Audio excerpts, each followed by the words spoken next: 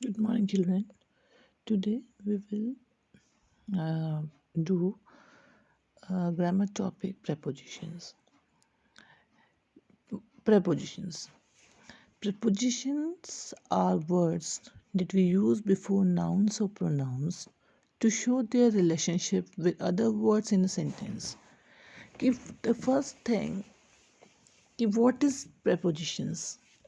What are prepositions? तो we can say कि prepositions are the word यानी वो शब्द होते हैं which are used before nouns and pronouns. So noun और pronoun से पहले use किए जाते हैं. Why? To show their relationship with other words in a sentence. यानी sentence में जो other words हैं उसके साथ उसकी relationship को show करने के लिए, बताने के लिए. For example, I am sitting on a chair. I am sitting on a chair. I am walking to her. There are prepositions of prepositions क्या क्या है यहाँ पे अगर आप if you look at the sentence तो I am sitting on a chair तो on is a preposition and in the second sentence I am walking to her here to is a preposition कि there are prepositions of location, direction and time. In prepositions को कुछ segments में divide कर दिया गया है and वो कौन से हैं वो कि preposition of location, direction and time. preposition of location. Location से क्या समझते हैं बेटे? लोकेशन मीन्स कि जो हमें किसी चीज़ की पोजीशन बताए किसी ऑब्जेक्ट की कि वो कैसा है, कहाँ है. कि prepositions of locations are used to indicate the location और पोजीशन ऑफ द ऑब्जेक्ट यानी जो थिंग है, जो चीज़ है वो उसकी लोकेशन बताए या उसकी स्थिति को बताए तो वो होते हैं preposition of locations. For example on, in, under, in front of you, among, between. For example the cat is on the chair कि जहाँ कैट कहाँ है, चेयर के ऊपर है. तो वहाँ पे ऑन जो है वो प्रेपोजिशन है, वो प्रेपोजिशन ऑफ लोकेशन और वो बता रहा है कि कहाँ है. वो बिल्ली जो है वो चेयर के ऊपर या टेबल के ऊपर या अलमीरा के ऊपर है. इन मतलब अंदर. The book is in the bag.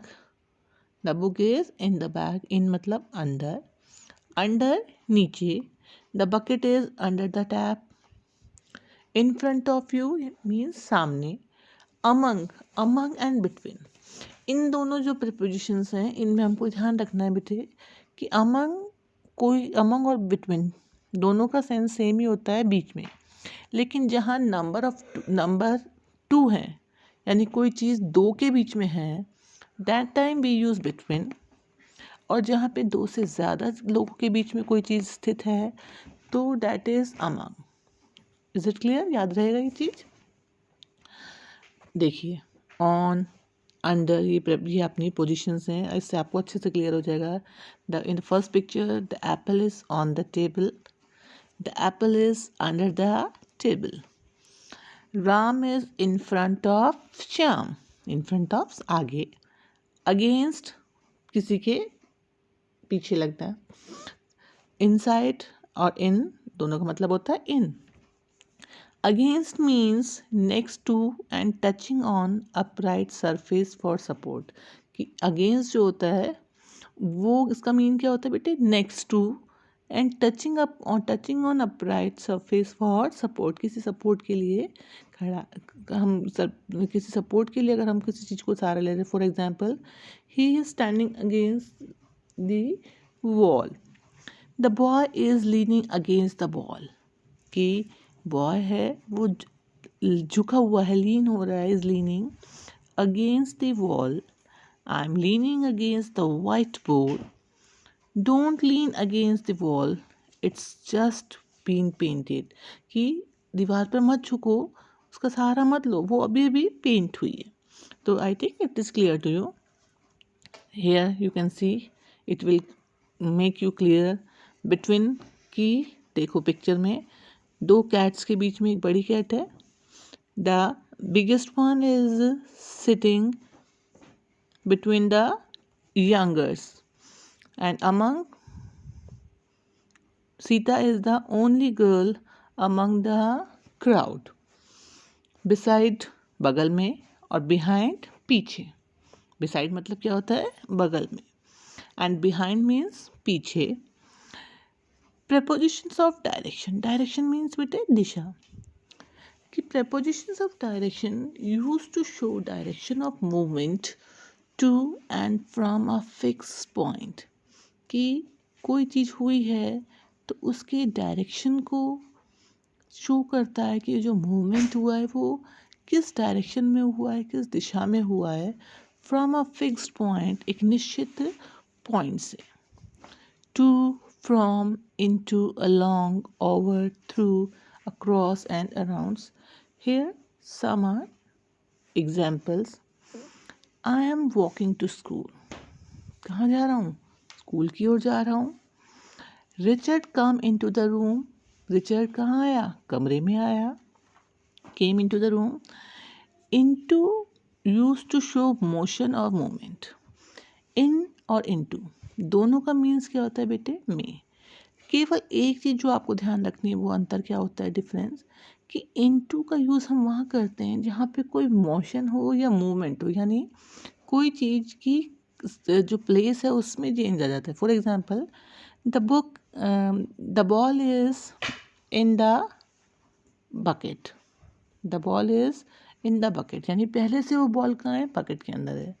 लेकिन अगर मैं कहूँ Ram through the ball into the well, तो वहाँ पे इनटू क्यों लगाया? क्योंकि मान लीजिए बॉल पहले राम के हाथ में थी और फिर उसने फेंकी तो वो कहाँ चली गई?